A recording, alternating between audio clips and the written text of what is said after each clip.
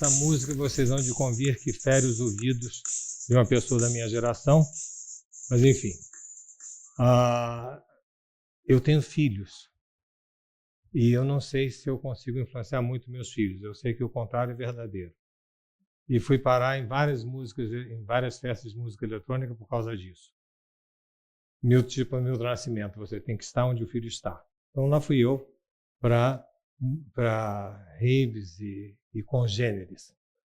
Até o dia que eu fui parar numa techno parade, com 2 milhões de pessoas dançando, sozinhas, no meio do asfalto, numa música que não tem letra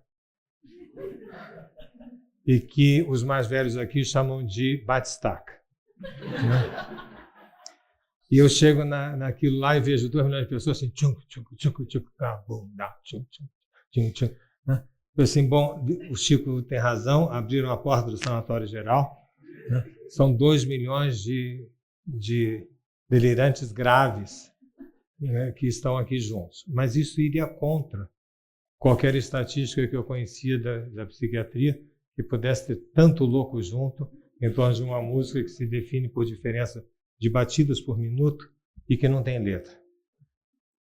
Aí, de repente, eu comecei a pensar, tipo assim, aquele ditado popular que todos nós conhecemos, de um limão vamos fazer uma limonada, que o limão era da vendo aquele espetáculo, e a limonada, talvez ela deduzia o que uma nova geração estava anunciando para o mundo.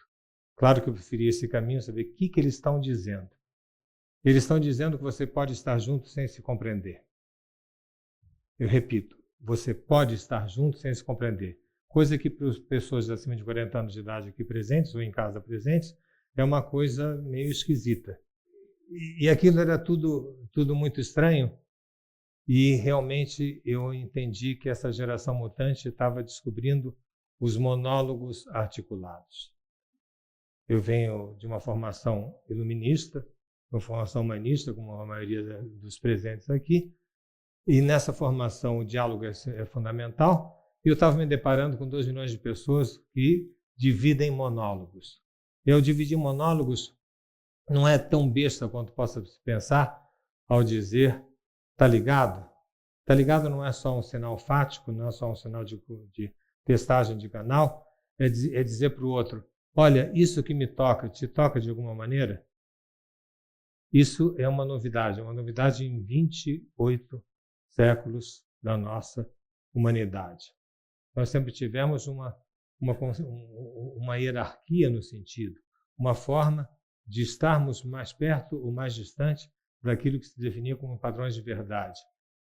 E aí me vejo numa avenida cheia de gente com multiplicidade de formas de ser. Isso me deu base para fazer uma limonada de pensar que essa geração mutante está nos explicando que nós vamos ter um novo tipo de sociedade que não funciona só pelo raciocinar, mas também pelo ressoar, pela possibilidade de ressoar. E quanto mais variável for a mensagem, maior ressoar é o caso que acontece com o viral. O viral faz isso. Bom, o que eu gostaria de mostrar para vocês é saber o óbvio, a existência que nós estamos vivendo, um furacão, um tsunami de modificações incríveis nas nossas vidas por causa do sucesso, por causa do progresso das pesquisas eletrônicas, digitais. Nossas vidas não são mais as mesmas. Eu gostaria de dizer, então, qual é o ponto maior de referência para dizer que nós tínhamos um mundo antes, que era um mundo Terra 1, e nós temos agora um mundo 2, que eu chamo de mundo Terra 2. Qual foi o fator dessa mudança? E a música eletrônica me ajudou a pensar que nós saímos de uma música vertical, com um sentido vertical e unificado, para uma música de plurivalência, para um mundo que também saiu de uma unidade vertical e padrões verticais de comportamento para um mundo de plurivalência de comportamentos. Não existe natureza humana. Eu escolhi essa frase por ser bastante provocativa, uma vez que nós estamos acostumados a falar muito habitualmente, tem que ficar mais perto da natureza, eu sou um ser natural, etc. Essa frase não existe natureza humana diz respeito ao fato que, se nós falarmos em mudança, se nós estamos numa TED, se nós estamos num momento de discussão, é porque nós somos humanos. Vacas não falam na TED. Taturanas, lagartixas também não, nem cavalos, nem asnos, porque não duvidam. É característica do humano duvidar. É característica do humano não ter certeza. Por quê? Porque não existe uma connaturalidade entre a determinação biológica de um lado e a expressão gênica do outro lado. Você tem um gene e você tem a expressão gênica. Existe um gap no ser humano dessas duas coisas que faz com que nós sejamos frágeis por um lado e profundamente fortes por outro, fortes em nossa criatividade, se nós pudermos suportar essa criatividade. Abelhas, que é o exemplo mais clássico que eu costumo dar, abelhas são maravilhosas, elas são infalíveis, elas comunicam onde está uma planta, a distância dela, com precisão absoluta, que jamais nem os nossos Waze da vida poderia fazer. No entanto, ela faz a casa, aquele hexágono também perfeito que ela constrói, sempre igual. Em milhões de anos de sua existência, jamais surgiu uma abelha nemaia e resolveu contornar um pouco, assim, para dar mais sensualidade, para a abelha rainha ficar mais feliz da vida, né? Com uma casa mais simpática, né? Tal como o Niemeyer fez, por exemplo, ao tornear o Museu de Niterói, né? Nas costas do Pão de Açúcar. Enfim, isso não existe, as abelhas não sabem fazer isso. Nós sabemos que não existe natureza humana, portanto, nós temos vários, nós não somos como cavalos, cachorros, como cavalos ou cachorros, mas nós podemos dar coice, nós podemos fazer cachorrada, coisa que eles não podem fazer. Né? Não existe a natureza humana, nós tivemos que, então, dar algumas soluções no passar dos séculos. Para os gregos, a solução foi comparar o homem ao animal. Foi a primeira ética que foi criada, a ética cósmica, a ética natural, que vem, como está descrito aí, de 8 séculos antes de Cristo até 3 séculos depois de Cristo. Para Aristóteles, era fácil a gente contornar a nossa angústia da morte. Era só dizer, se você nasceu servo, você sempre será servo. Se você nasceu guerreiro, se você nasceu artesão, se você nasceu amo. As posições eram fixas, tal quais uma carambola, que nasce, cresce, apodrece, morre e vira semente. É claro que essa primeira ética, no sentido do tempo da filosofia, 28 séculos, essa primeira ética foi substituída por uma segunda, uma ética religiosa, uma ética que prometia não só variabilidade sobre a Terra, como uma vida eterna.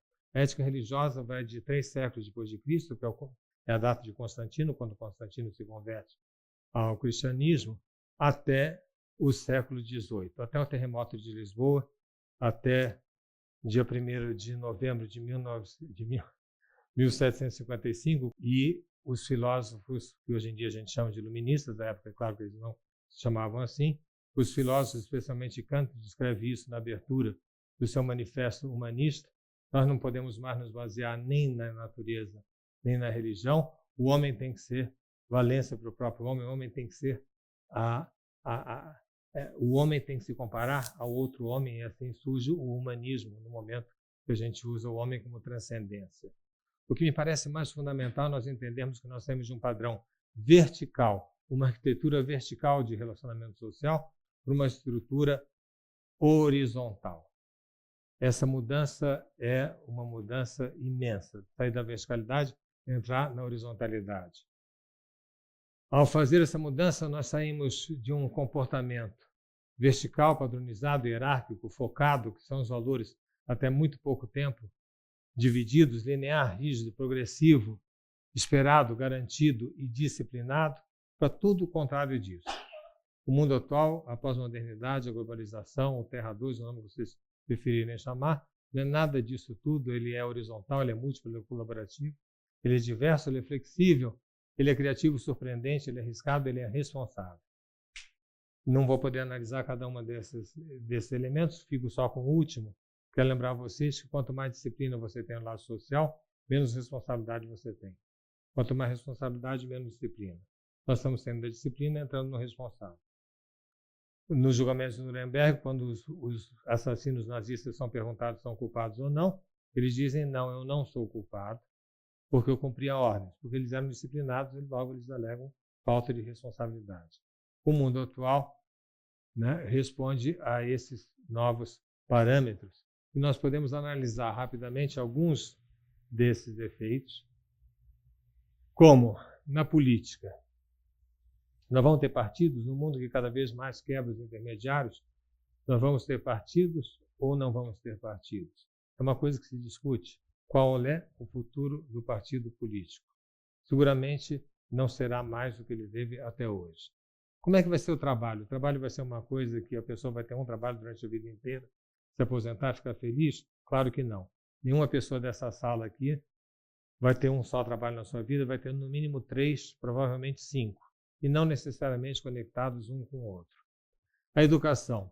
A educação, nós estamos sofrendo um atraso imenso.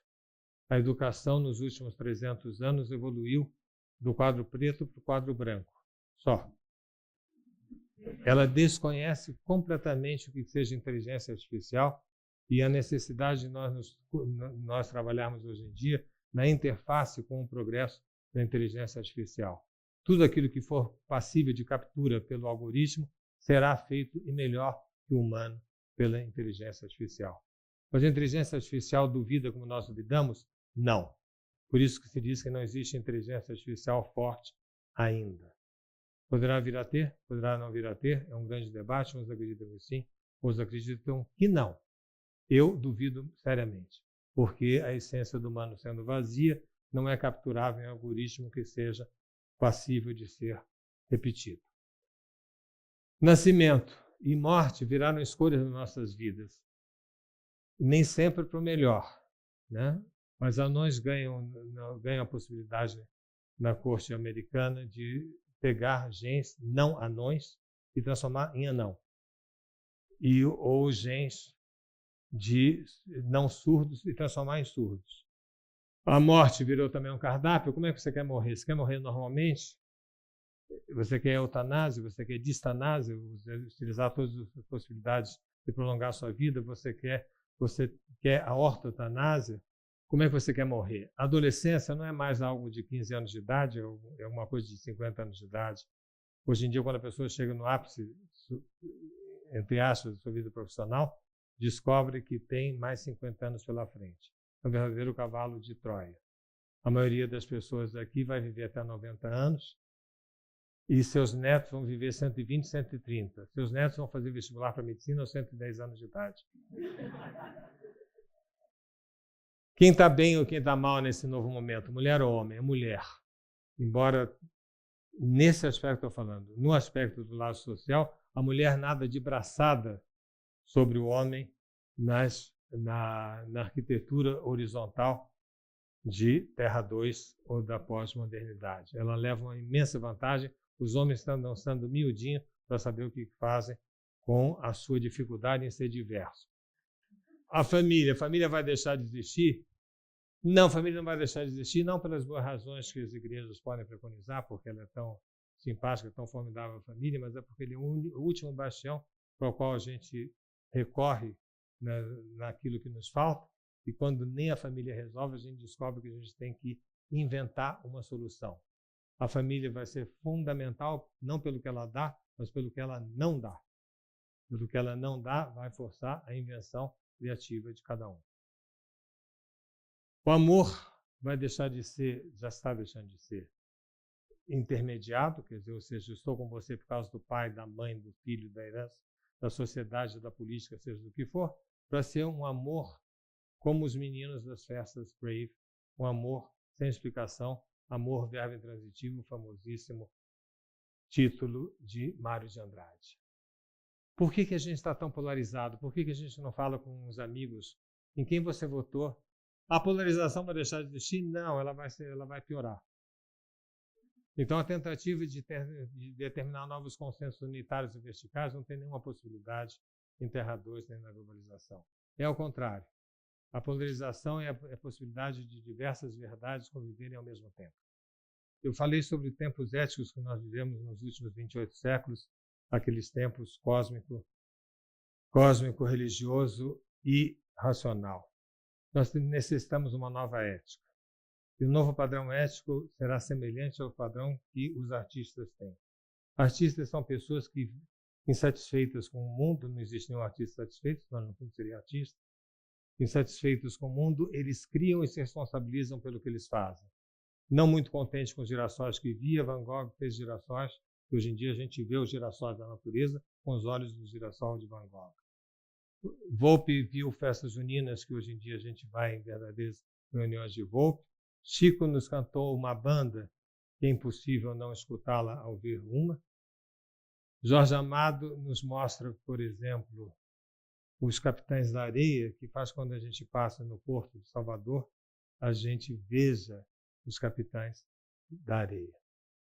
Os artistas inventam aquilo que não tem e se responsabilizam. Não existe arte incompreendida ou fechada entre quatro paredes, é necessário expô-la. Essa ética dos artistas, criação ou inovação e responsabilidade e exposição, me parece será a ética dominante desse novo mundo na globalização.